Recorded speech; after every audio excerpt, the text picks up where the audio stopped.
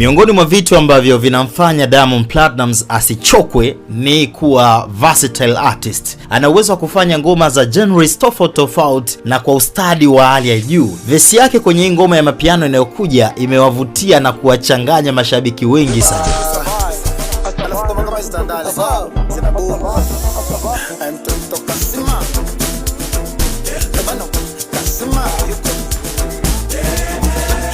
Nadhani umesikiliza kionjo. Ndio maana pale mwanzoni nikakwambia kwamba kinachomfanya Diamond asichokwe kila siku miaka zaidi ya 15 still watu bado wanampenda ni kuwa versatile artist. Msanii ambaye anakuwa ni versatile inamaanisha anaweza kupinduka na kuimba genres tofauti za muziki na kwa ustadi wa hali ya juu. Sio tu kuimba genres tofauti za muziki. Diamond akiwa kwenye bongo flavor unamuona kabisa huyu ni msanii wa bongo flavor. Unaweza kaisi hata kizungu akijui.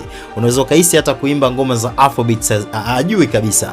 Ukisikiliza ngoma sio kama msumari, ni utoto tu. Right? Unahisi huyu ni bongo lakini akiamua kuimba afrobeats, oh my god, unaweza kaisi huyu jamaa ni Mnigeria.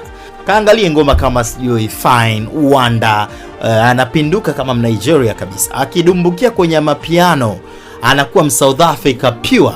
So mundani anapambana na wakali wengine wa mapiano kwenye hii ngoma anazungumzia ambayo inaenda kutoka, nadhani itakuwa ni this Friday. Anapambana na mtu kama Focalistic yuko mundani. DJ Maforisa, king wa mapiano kutoka nchini Afrika Kusini humo mundani. Sijui Uncle MC na wengineo, kina Ricky Lenyora na wengineo. Kwa hiyo mundani anakimbizana nao hivyo. Yaani unaweza kaisi ni South Africa piwa kabisa. Ni kitu ambacho Mungu amembariki. Ni versatile artist, anaweza kupinduka kwenye midundo au aina mbalimbali za muziki na akafit. Maoni yako ni yapi baada ya kusikia kionjo cha ngoma hii? Niachie maoni yako hapo chini kwenye sehemu ya comment section. Majina yangu mimi naitwa Mido Simba. Bye bye till the next